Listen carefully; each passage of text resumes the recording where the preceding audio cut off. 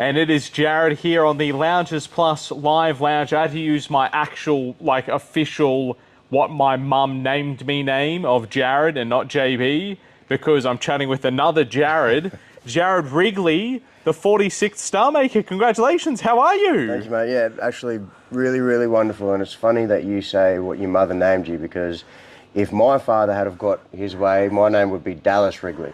Dallas? Yeah. Right, so okay. Tell me, or tell me not, if that is not the coolest name you've ever heard. You know? That is. I mean, Jarrad's a good name. Yes, obviously. yes. Jarrad's a good and bloke. you spelled it the right way too. Are you spelled the same? Yes. No, get out of here. Yeah. Right. This morning, I have to admit, I did write your name Jarrod. Yeah. And then I double checked and I was like, no way, it's Jarrad. Oh, well, I'm sure Crazy. I'm sure you get it all the time as well. Yeah. Jarred. Well, yeah. That's how I think it should be spelled. So, with the ED?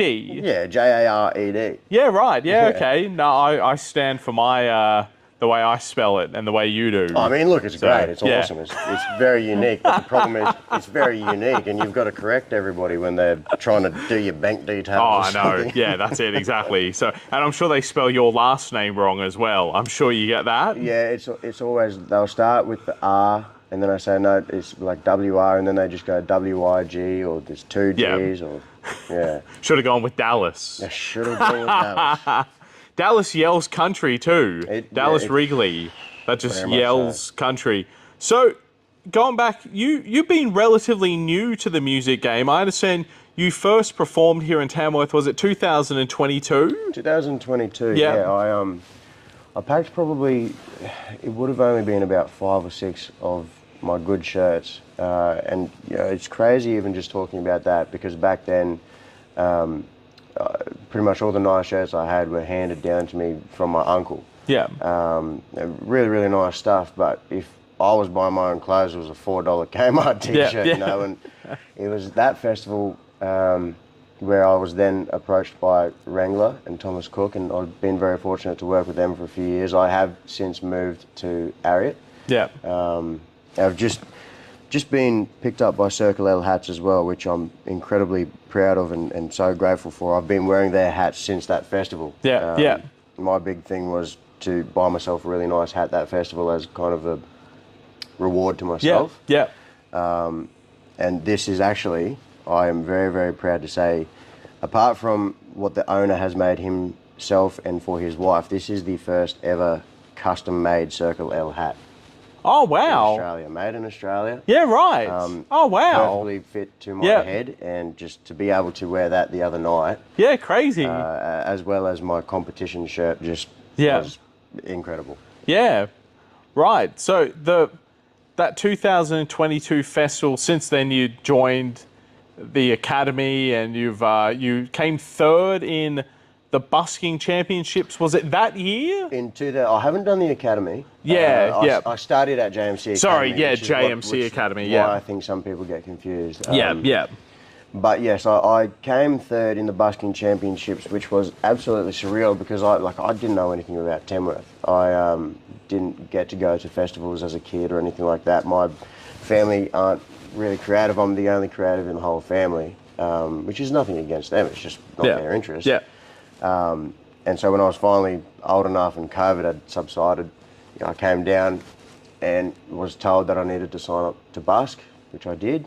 And then, the final performance for me that week was a massive 6 days, and the last one was on that main stage. And I placed third place. What got you into music? You mentioned that the rest of your family weren't hugely creative. Did you listen to a lot of music growing up and went, you know what, I'll give that a crack? Yeah, look, Jarrad, as cheesy as it sounds, I think it was purely something I was born to do. Yeah. Apparently, from all sources, from mum, dad, nana, all of my family, I used to spit the dummy just to hum, or apparently whilst I was drinking milk, I was humming whilst doing that, and just always making noise. Before I could even talk, I was, humming along to tunes. And then obviously growing up, I had a pretty cool blend. Obviously, my father listened to a lot of your dad rock, your Nickelback and your Linkin Park and everything like that. Transformers was one of my favourite movies, so Linkin Park was an awesome band. But then, my nana would show me like Patsy Cline. Yeah. And Elvis and Johnny Cash and all that type of whatnot. And it was always, I mean, it's in my blood. The whole rural lifestyle, farming lifestyle, whatever you want to call that, is in my blood. It's where my mum grew up. There's a lot of agriculture on my father's side of the family if you go back. I like to say that I'm a 5th generation cattle farmer once removed, is how I like to put it. Yeah. But I just think, with the childhood that I had and the different blend of music between my father, my nan, my mum, it really formed who I am as an artist today. Who do you draw your inspirations from now? Is it all those sort of old school country artists or some of the new stuff, a bit of both? Yeah, look, I mean, obviously I spent a lot of time listening to, the guys from the outlaw movement, your Waylon Jennings, Mel Haggard, Johnny Cash. Nowadays, like, I used to be really, really terrible and like real stiff, like, no, I'm listening to the old school country and blah, blah, that's it. Yeah. But now I do listen to a lot of modern artists, and there's some guys really, really making a big impact at the moment. Obviously, Chris Stapleton has been killing it for the last few years, and I think he's very much that Americana sound. You've now got other bands coming through like Whiskey Myers, Treaty Oak, really just, I think, pushing the boundaries of the genre. And, I think as an artist, you'd be silly to not listen to multiple different styles of your genre. At least that's how I like to think of it now. No, fair enough. You got to perform a song for us today. Yeah. What's the song? Great question. What are you in the mood for, Jarrad? Oh, something to pump us up a little bit on a Monday, I think. I think it's that 4th day festival blues, I think. Festival where blues. Everyone's kind of maybe hit it a bit too hard over the first weekend. So, but whatever you're happy to play. What have we been speaking about? You know what, I'll do Ain't Gonna Catch Me. I'll try to do an acoustic render of that. Rendition. Yeah. I'll see if I can... Well,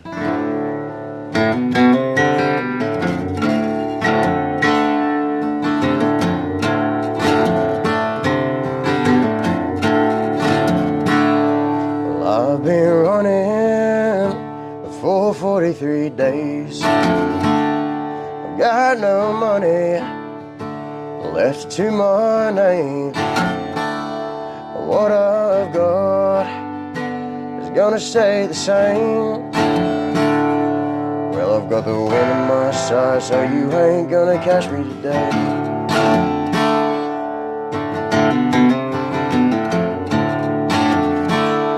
Some folks say it's a game of chance, living life as a wanted man. I'm gonna run until my legs can't stand. Well, I've got the wind on my side, brother, you don't stand a chance.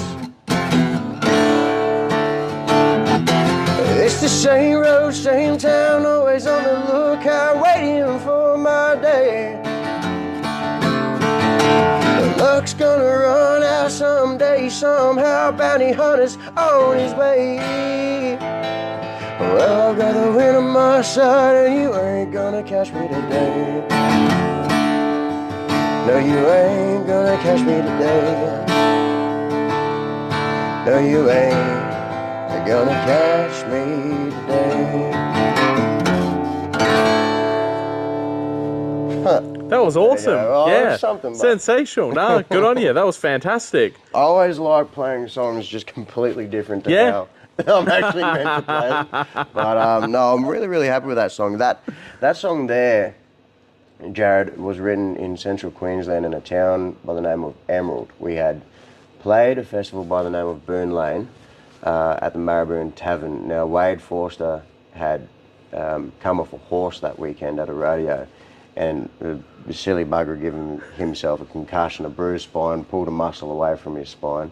He drove something like 10 hours through the night to come and play that. The poor bugger was sore as hell, but he got through it. He did a great job, really great job.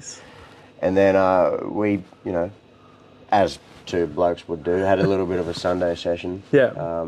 With some Milton mangoes. Yeah. And I remember we started trying to write something, and I think he lasted about 2 minutes before I was like, Wrigley, I think I'm going to go to bed, mate. I'm like, yeah, no worries. So I ended up writing that with the Bonus brothers. Yeah. The funniest part of that whole weekend was on the Sunday night, Wade was like, Wrigley, whatever we've been doing, like, it's fixed me up. I'm so good. I'm like, I'm just really over the moon. Thanks, mate. Like, yes. Cheers, bull. I'll see you tomorrow. I'm like, yeah, no worries. I said, you sure you don't want me to drive you to the hospital? No, I'll be all right. I don't need the hospital. And then Monday morning, I get a phone call. Oh, you never guess where I am. I goes, I'm in the hospital. I'm like, right. I said, what happened? Oh, well, they reckon, mind you, they reckon I've got a bruised spine, a concussion. I said, well, mate, you're at the hospital, so they're probably pretty correct. But Wade has been such a massive inspiration to me the last few years, not just in the music side either. I mean, obviously he's crushing it. There's a reason why he is the spear front in my generation at the moment. But also we've spoken a lot about working, and it's because of him that I can throw a rope. Yeah. I've been using a rope for a couple of years before we had met, but I've never been able to land a heel.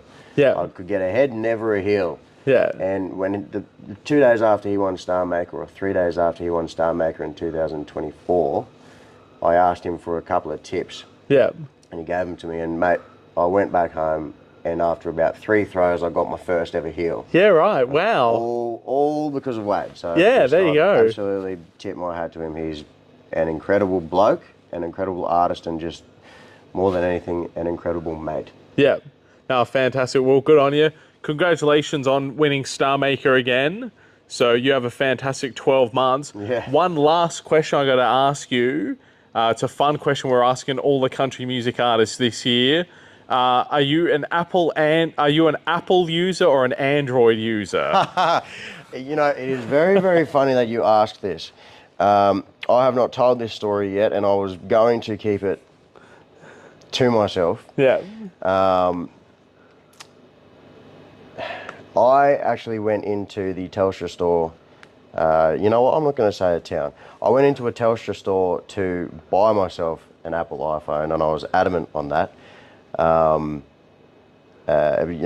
been Android my whole life. Yeah. Do not like Apple, but obviously the industry we're in, Apple is, what most people settle for.